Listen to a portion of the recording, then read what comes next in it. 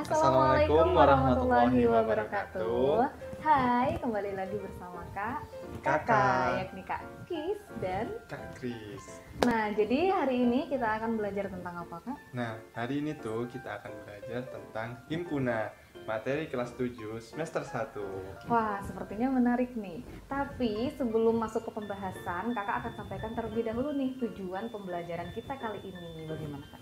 Nah, jadi tujuan pembelajaran ini tuh dibuat berdasarkan kompetensi dasar dari materi matematika kelas 7 semester 1 tentang himpunan. Yakni yang pertama, siswa diharapkan mampu menjelaskan tentang himpunan, himpunan bagian, himpunan semesta, himpunan kosong, komplemen himpunan, dan melakukan operasi dua himpunan menggunakan masalah konstekstual.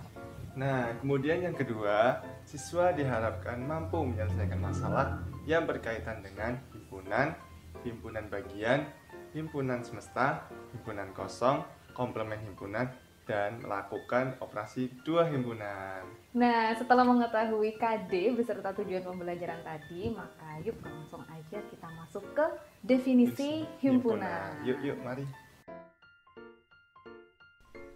Sebelum masuk ke materi, kakak mau nanya nih, kenapa sih di dunia ini tuh harus ada himpunan?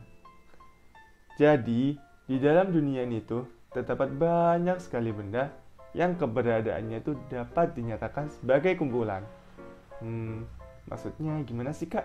Nah, maksudnya tuh begini. Misalkan ada kumpulan gelas kaca dan kumpulan gelas plastik, di mana kumpulan gelas kaca ini adalah kumpulan dari gelas-gelas yang terbuat dari kaca. Sedangkan kumpulan gelas plastik ini adalah kumpulan dari gelas-gelas yang terbuat dari plastik. Sehingga kedua kumpulan ini dapat kita sebut sebagai himpunan, yakni himpunan gelas kaca dan himpunan gelas plastik.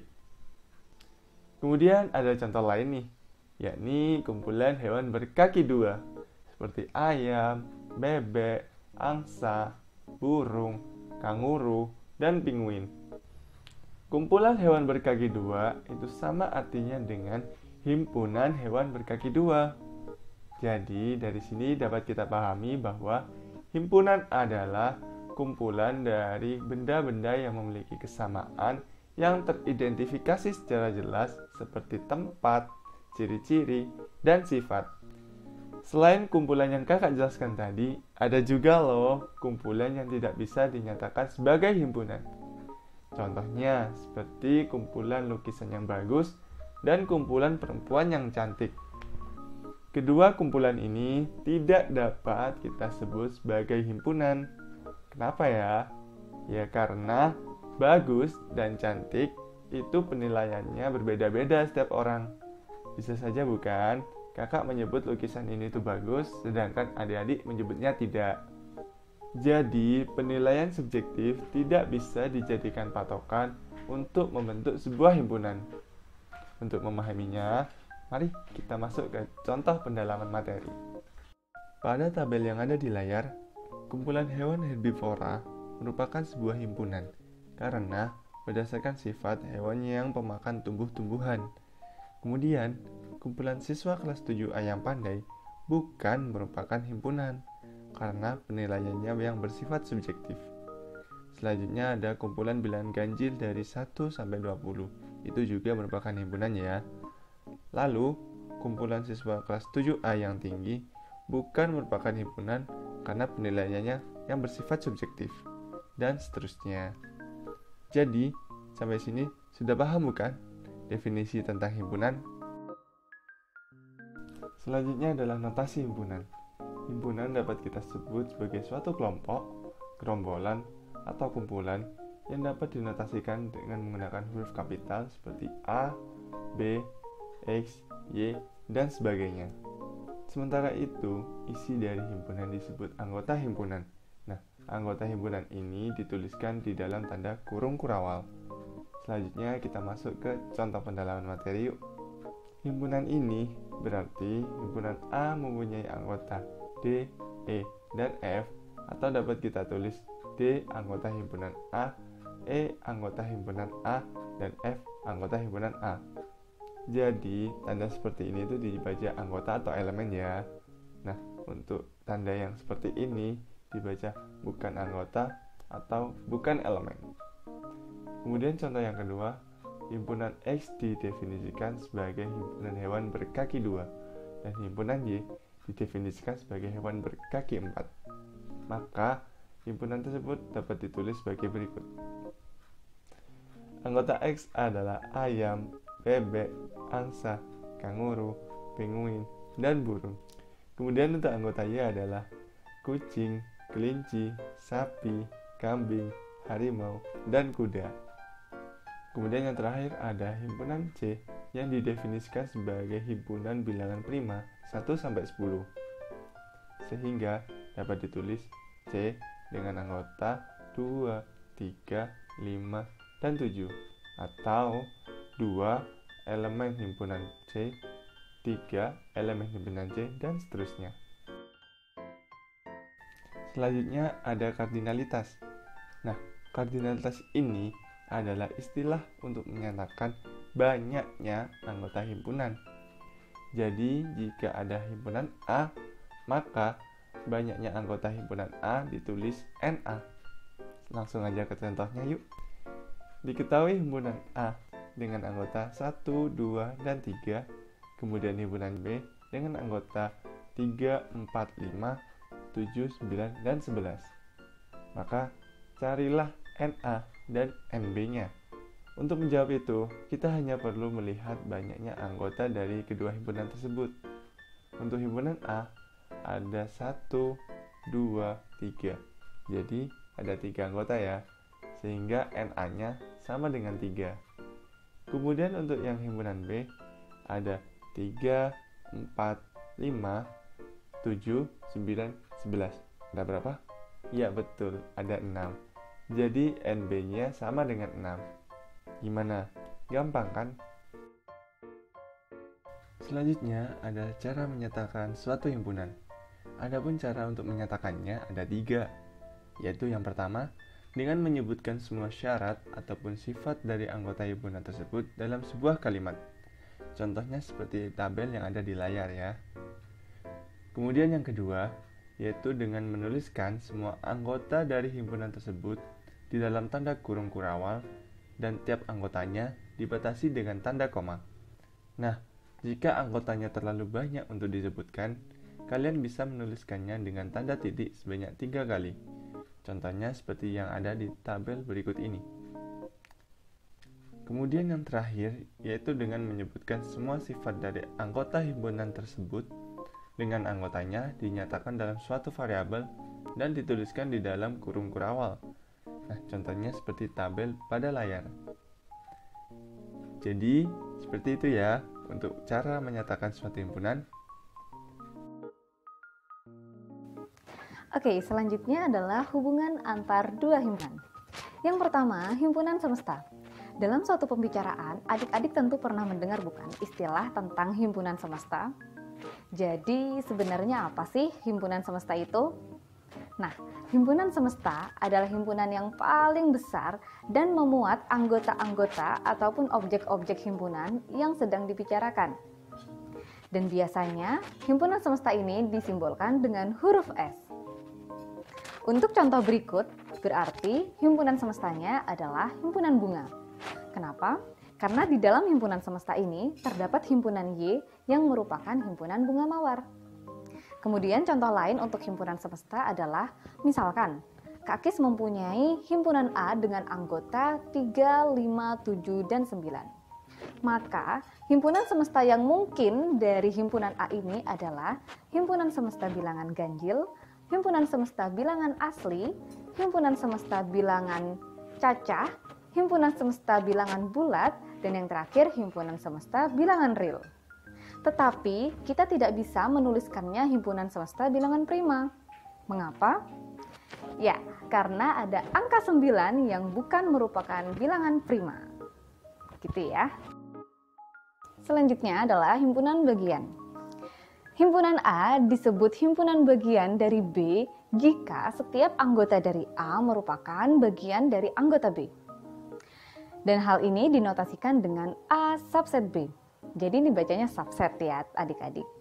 Sebaliknya, jika ada anggota A yang bukan merupakan anggota B, maka A bukan merupakan himpunan bagian dari B. Dan tandanya sama seperti tadi, hanya saja dicoret. Jadi langsung aja kita masuk ke CPM. Misalkan Kak Kis di sini punya himpunan P yang beranggotakan 1, 2, dan 3, kemudian himpunan Q yang beranggotakan 1, 2, 3, 4, dan 5. Jadi, bagaimana hubungan antara kedua himpunan tersebut? Ya, hubungannya adalah P merupakan himpunan bagian dari Q. Karena setiap anggota dari P, yakni 1, 2, dan 3, masuk semua ke dalam anggota Q. Dan sebaliknya, Q tidak bisa dinyatakan sebagai himpunan bagian dari P karena ada anggota Q, yakni 4 dan 5, yang bukan merupakan anggota P. Jadi, hubungan dari kedua himpunan tersebut bisa kita tulis sebagai P himpunan bagian dari Q, sementara Q bukan himpunan bagian dari P. Selanjutnya adalah himpunan kosong. Himpunan kosong merupakan himpunan yang tidak mempunyai anggota ataupun elemen. Jadi, himpunan kosong ini disimbolkan seperti ini atau seperti ini. Nah, sebagai contoh dari himpunan kosong adalah misalkan Kak Kis mempunyai himpunan B yang merupakan himpunan dari bilangan ganjil yang habis dibagi 2. Jadi, himpunan B kita tulis sebagai berikut. Alasannya karena tidak ada satupun bilangan ganjil yang habis dibagi 2, maka himpunan B ini merupakan himpunan kosong. Oke, lanjut aja kita masuk ke CPM. Nah, dari kedua himpunan ini, manakah yang merupakan himpunan kosong? Ya, jawabannya adalah yang himpunan X karena tidak ada satupun kelinci yang bermata 4. Jadi, himpunan X merupakan himpunan kosong. Selanjutnya adalah kesamaan dua himpunan. Himpunan A dan himpunan B dikatakan sama jika dan hanya jika A subset B dan B subset A, atau setiap anggota dari A merupakan anggota B dan setiap anggota dari B juga merupakan anggota A, maka ditulis A sama dengan B. Sebagai contoh, misalkan Kak Akis di sini mempunyai himpunan A yang beranggotakan X, Y, dan himpunan B yang beranggotakan X, Y, X. Jadi pertanyaannya, apakah kedua himpunan tersebut sama? Maka jawabannya ya, sama. Karena setiap anggota dari A yakni X dan Y merupakan anggota juga dari B, dan setiap anggota dari B juga merupakan anggota dari A. Tapi jika ada dari kalian yang bertanya-tanya, Kak, itu kan di himpunan B X-nya ada 2, bagaimana? Nah, jadi tidak masalah ya, karena anggota yang sama bisa disebut satu kali. Sehingga A subset B dan B subset A, maka kedua himpunan tadi dapat dikatakan sama. Oke? Masuk ke bagian yang kelima, yakni operasi himpunan. Coba adik-adik pikirkan, jika kita pergi ke dua toko, misalkan toko A dan toko B, otomatis kita akan melihat barang apa saja yang dijual oleh kedua toko tersebut. Kemudian barang apa yang sama-sama dijual di toko A dan toko B, dan yang terakhir barang apa yang dijual di toko A tetapi tidak dijual di toko B, dan begitu pun sebaliknya. Maka untuk kasus tersebut dapat kita selesaikan menggunakan operasi himpunan. Misalkan toko A menjual buku, alat tulis, tas, seragam, dan sepatu. Sedangkan toko B menjual buku, tas, bola, dan sepeda. Jadi, jika kita ingin menotalkan semua barang jualan yang dijual oleh toko A dan toko B, maka kita menggunakan konsep dari gabungan. Sehingga diperoleh total semua barang yang dijual oleh kedua toko tersebut ada buku, alat tulis, tas, seragam, sepatu, bola, dan sepeda.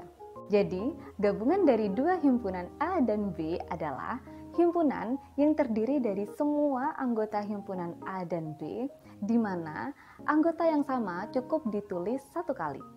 Nah, Jika tadi kita sudah mengetahui semua barang yang dijual oleh kedua toko tersebut, maka sekarang kita akan mencari tahu barang apa yang sama-sama dijual oleh toko A maupun toko B dengan memakai konsep irisan. Dari diagram Venn ini dapat kita ketahui bahwa irisan dari kedua himpunan toko A dan B adalah buku dan tas. Jadi, sampai sini dapat kita pahami bahwa definisi dari irisan dua himpunan A dan B adalah himpunan yang anggotanya terdiri dari elemen yang sama-sama berada di himpunan A dan himpunan B. Nah, untuk memudahkan adik-adik dalam membedakan antara gabungan dan irisan, perhatikan notasinya. Kalau gabungan, yaitu notasinya menyerupai huruf U yang berarti atau. Sedangkan irisan notasinya menyerupai huruf N yang berarti dan. Nah, selanjutnya adalah selisih.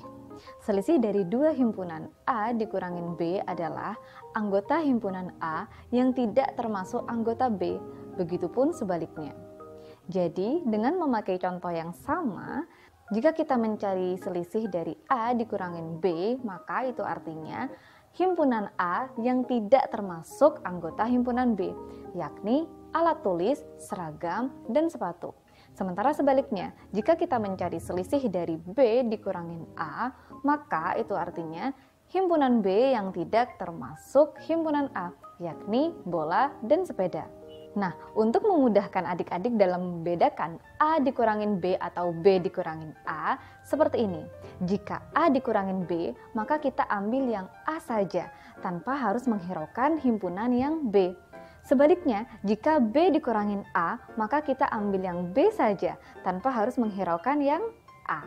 Seperti itu. Yang terakhir adalah komplement himpunan. Komplement himpunan adalah unsur-unsur yang berada pada himpunan semesta kecuali anggota himpunan tersebut. Nah, jika terdapat himpunan A, maka komplement dari A dinotasikan A pangkat C. Untuk semakin memahami dari keempat operasi yang sudah dijelaskan tadi, maka yuk langsung aja kita bahas CPM atau contoh pendalaman materi. Misalkan terdapat himpunan A dan B dengan semesta bilangan asli kurang dari 12, di mana himpunan A merupakan himpunan bilangan ganjil kurang dari 10 dan himpunan B bilangan prima kurang dari 12. Sehingga dari deskripsi himpunan tersebut diperoleh daftar anggotanya. Yang pertama, himpunan semesta dengan anggota 1, 2, 3, 4, sampai 11.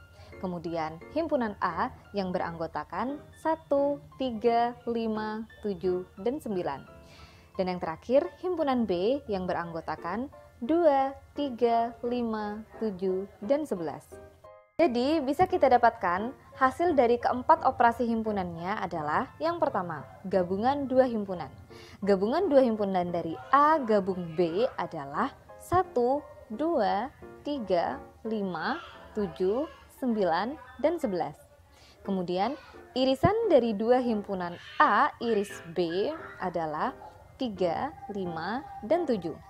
Kemudian selisih himpunan dari A dikurangin B adalah 1 dan 9. Kemudian B dikurangin A adalah 2 dan 11. Sementara yang terakhir adalah komplement himpunan. Nah, untuk yang A komplement beranggotakan 2, 4, 6, 8, 10, 11. Sedangkan untuk yang B komplement beranggotakan 1, 4, 6, 8, 9, dan 10. Jadi seperti itulah cara mengerjakan operasi dari himpunan.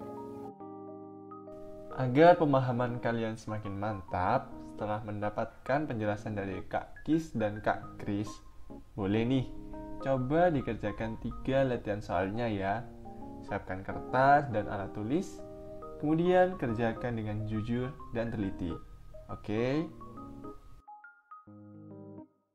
Nah, untuk memastikan jawaban dari adik-adik terkait operasi himpunan benar atau salah, di sini kami telah membuat aplikasi GUI dari MATLAB yang berjudul Operasi Dua Himpunan Matematika.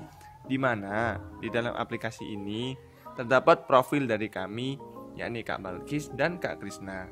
Kemudian sekilas materi sebagai pengingat jika kalian lupa, dan tentunya ada percobaan operasi himpunan, yakni gabungan, irisan, selisih, dan komplement.